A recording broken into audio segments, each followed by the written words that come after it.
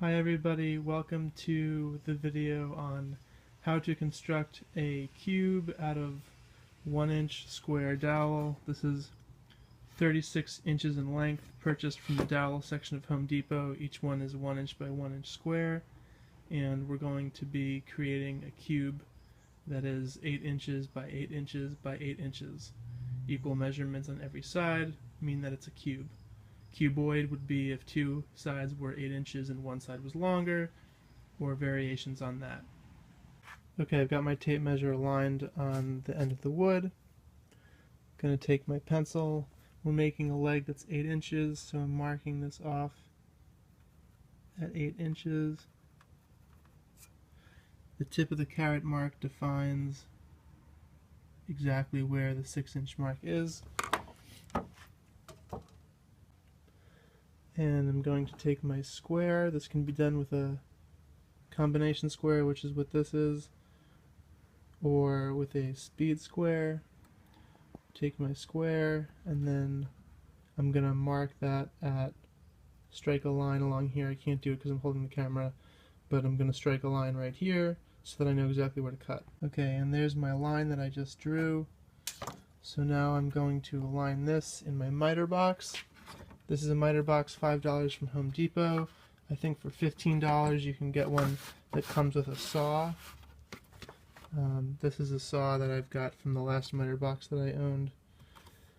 So I'm going to just line this up right with the gap. This gap here is where the saw is going to go.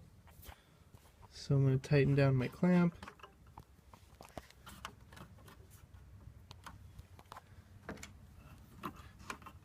And then I'm going to begin cutting.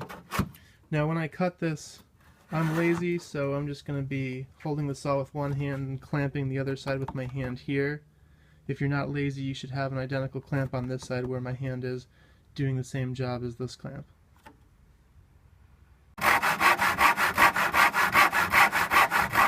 Okay, so I just finished that cut, so this is my 6-inch leg.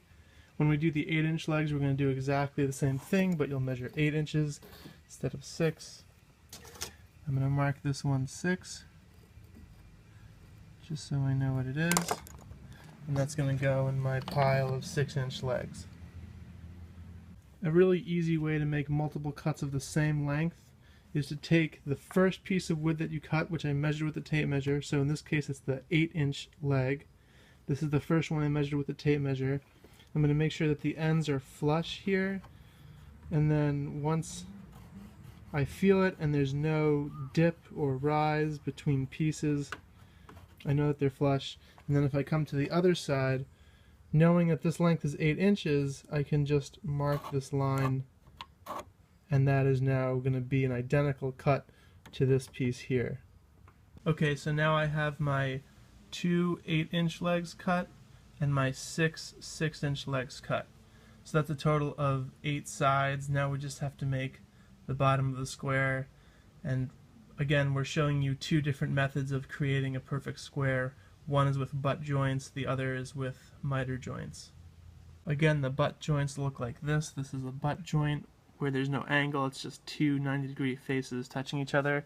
So this is the 6-inch piece and this is the 8-inch piece. This will be our top, and then if you imagined it flipped over, these 6-inch legs will be right here, again butt jointed.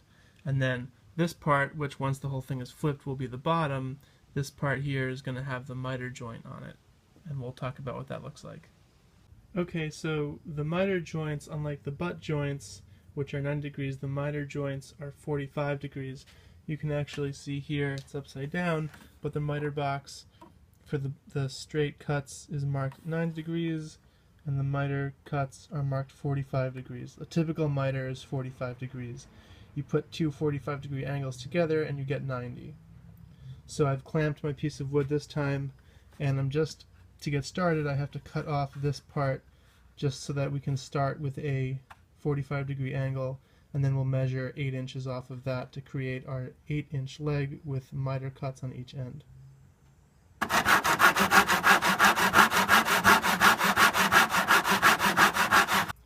Okay, so here's my finished cut. As you can see, this is a 45-degree angle. Now on the other side, we have to make an opposing 45-degree angle, it'll go on this way. Rather than this angle, it'll go in this angle. So what I need to do is measure from the top here, that's the top of the angle, not the inside of the angle, not the bottom, the top or outside of the angle, measure 8 inches across, make the line, and then once I've made that line, then I have to draw a second line for the angle, making sure that the top of that line is at the 8-inch mark.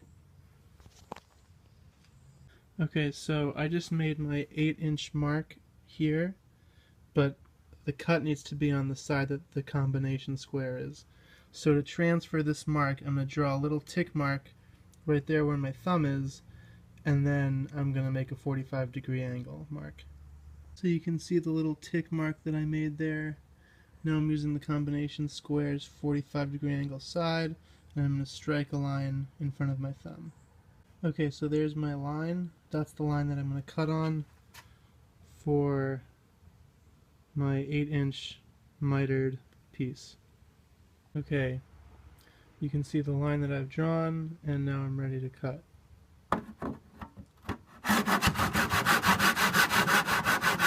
Okay, this is my first mitered cut. As you can see, each has an opposing 45-degree angle, and if I put it on top of the one that is going to be for the butt joint, you will see that the corners match up on this edge, and same thing on this edge. So both have an overall length of 8 inches, even though the mitered one, obviously the face on this side is going to be less than 8 inches. It's important to remember when you're making the marks that you make your opposing angles, so one angle is this way, the other angle is this way. It's also important to make sure that when you're taking your measurements, you're measuring from the top across, not from the inside and not from this inside. It's important that you get the overall 8-inch measurement from the top, just like we did on this one. We've gotten to this stage the same way as before. We can take, this is the piece that we just cut, we can take this and line up the edge, and then we can strike our line here, and that'll be our next cut. Sorry for the change in orientation. I just realized I was shooting in portrait and not landscape, which is less conducive to this kind of thing. Okay, so this is the line that I just drew. You're going to see the last cut that we did, we used this slot. But now because our next line goes in the opposite direction, we're going to have to cut from this slot. So it gets a little bit confusing. It's just important to go slow and be patient so that you're using the right angles. Either if you're using this angle or this angle, you got to make sure you're using the right one and make sure your measurements are correct. So when I measure this, I should be measuring 8 inches from this mark out to here. That should be 8 inches along this face. Okay, so this is what the mitered corners of the 8x8 square are going to look like. So each of these corners are going to get clamped together with glue, and then it'll be the same shape and size as the butt joints. So this is the butt joint, and this is the miter joint. Okay, so these are the pieces of wood in the miter clamp. So what I'm going to do is put wood in this crack, and then these two pieces of wood are going to get stuck together and clamped in this miter clamp. So it's always a good idea to clamp your wood before you actually add glue, just to make sure everything is going to fit. As you can see, the wood is flush on the bottom, but it's not flush on the top. That's because for some reason maybe my clamping was bad, or maybe the miter box is a little bit off. So there's a crack that will be visible.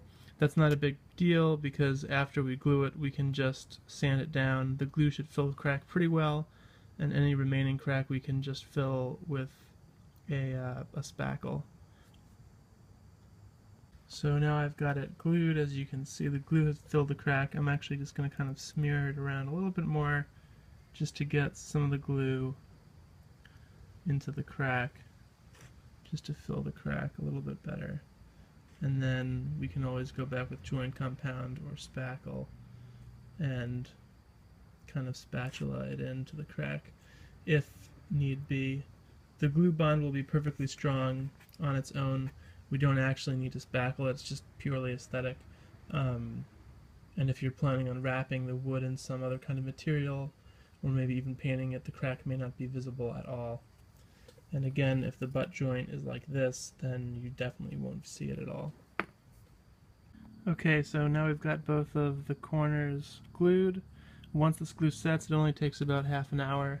Then we can just pop the clamps off, flip them around, and then we'll glue the remaining two joints. I forgot to mention that it's good to sand these parts of the miter because this burr that you get from the cut will actually create a bit of a gap when you're gluing it. So take a piece of sandpaper, I use a sanding block, and then you can just very gently rub that edge of the wood just to get off that burr. And then of course once we're completely done, we're going to sand the entire thing. Okay, so these two seams are the ones I just glued, and I'm about to glue this one, and then I'm going to glue this one, and then we'll be done with this side. When you're gluing, you don't really need a whole lot of glue. This is the amount of glue that I put on. I spread it out a little bit with my finger before attaching it to the other piece. I forgot to mention it's important to glue both corners at the same time, because if you just glue one, then you won't be able to attach the other because the shape will already be solidified. So the final stage, you have to glue both seams at the same time. Okay, so there you go. This is the completed mitered 8 by 8 inch square, and now we're going to glue the 6-inch legs to it. I don't know why I'm calling them legs, but I guess that's basically what they are. And then we're going to make the butt jointed square that will sit on top.